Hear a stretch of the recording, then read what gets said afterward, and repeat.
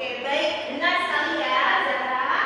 Jadi proposal kegiatan adalah rencana kerja tertulis yang berisi rencana pelaksanaan suatu kegiatan. Biasanya proposal kegiatan ini diberikan atau diajukan kepada seseorang itu tujuannya untuk ini meminta dana, meminta sponsor, begitu.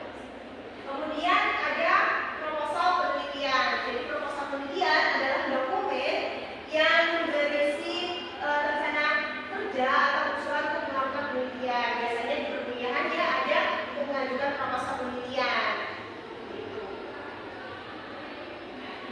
Jadi sebelum menganalisis, Ibu akan menjelaskan tentang struktur proposal kegiatan. Nah, jadi struktur proposal kegiatan itu umumnya terdiri dari kegiatan. Jadi dalam proposal itu harus ada judul, gitu. Judul yang mudah dipahami, kemudian juga jelas, gitu. Jadi harus ada judulnya. Kemudian yang kedua, ada pendahuluan yang itu berisi latar belakang dan juga tujuan kegiatan. Nah, latar belakang ini berisi tentang apa gitu yang membuat panitia ini mengadakan kegiatan tersebut gitu. Latar belakangnya itu apa? Misalkan tentang hari kemerdekaan gitu. Dalam rangka memeriahkan hari kemerdekaan, misalkan seperti itu. Dan juga tujuan kegiatan. Jadi tujuan kegiatan dari proposal itu apa tujuannya? Contohnya, tujuannya untuk menambah rasa bangga terhadap Indonesia atau mengingat perjuangan para pahlawan, misalkan seperti itu ya, dalam kegiatan 17-an misalkan seperti itu. Kemudian yang ketiga ada susunan acara. Jadi dalam proposal kegiatan ini ada juga susunan acara yang akan dilaksanakan tersebut. Kemudian yang keempat yaitu susunan kepanitiaan. Jadi ada UAS, TANIS, dan juga panitia-panitia lainnya. Jadi harus dicantumkan dalam proposal. Kemudian juga anggaran dana. Jadi anggaran dana apa? Berapa anggaran yang diperlukan dalam kegiatan tersebut. Kemudian yang terakhir yaitu nah, yang berikutnya yaitu struktur proposal kegiatan penelitian yang umumnya terdiri dari yang pertama bagian awal yaitu berisi judul penelitian. Kemudian yang kedua yaitu pendahuluan. Kemudian latar belakang. Nah, ada yang tahu tidak latar belakang itu berisi tentang apa? Ayo, Ibu kasih waktu 1 menit untuk berpikir. Apa itu latar belakang dari proposal penelitian? Baik, Dalkis, silakan Dalkis.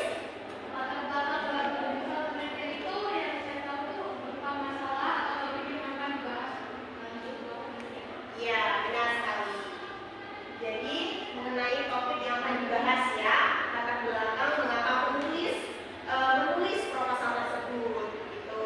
Kemudian yang selanjutnya ada rumusan masalah. Jadi apa itu rumusan masalah dalam proposal penelitian? Oke, baik. Silakan jadi dia. Rumusan masalah itu berisi masalah-masalah yang kita ingin selesaikan. Ya, biasanya itu berupa apa? Pertanyaan, benar. Pertanyaan yang akan digunakan nantinya di dalam proposal penelitian. Kemudian langsung saja yang kedua yaitu bagian isi. Ini berisi pendekatan penelitian, kemudian juga ada variabel dan indikator, kemudian juga ada populasi dan juga sampel.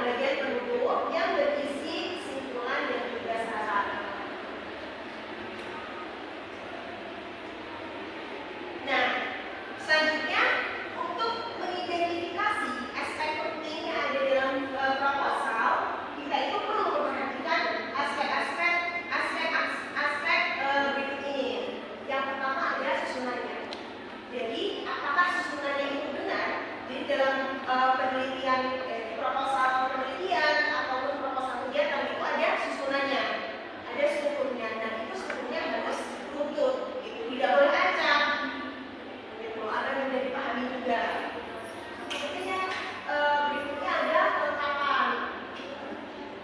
Nah, berdasarkan kelengkapannya kita perlu memperhatikan bagian-bagian yang dianggap kurang dan penting untuk ditambahkan. Jadi kita perlu menambahkan bagian yang dirasa penting dalam proposal tersebut.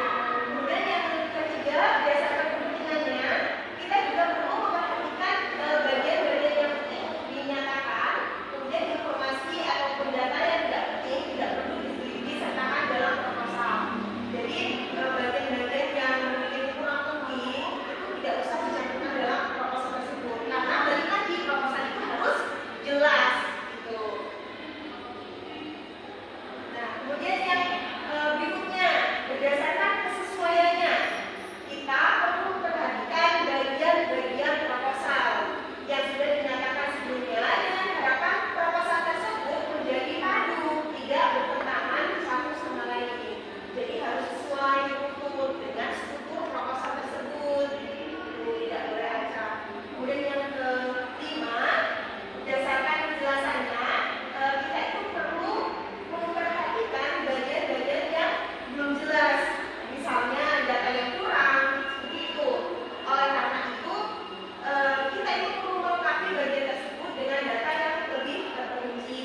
Misalkan masih kurang jelas, akhirnya di bawahnya itu ada bagian yang lebih menjelaskan tentang yang ditulis.